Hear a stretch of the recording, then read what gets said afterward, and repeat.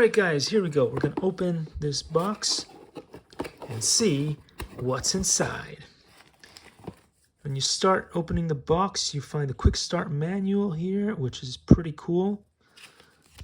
And I'm guessing there's a bunch of stuff in there that we're going to have to read about, which hopefully are going to help me out to install this so that it runs together with the Zorro, the Master Zorro.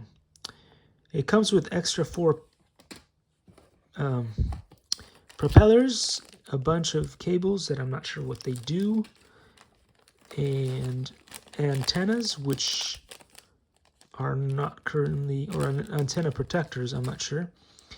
And there's another bunch of screws in there. This to make sure that it doesn't get wet on. Likey.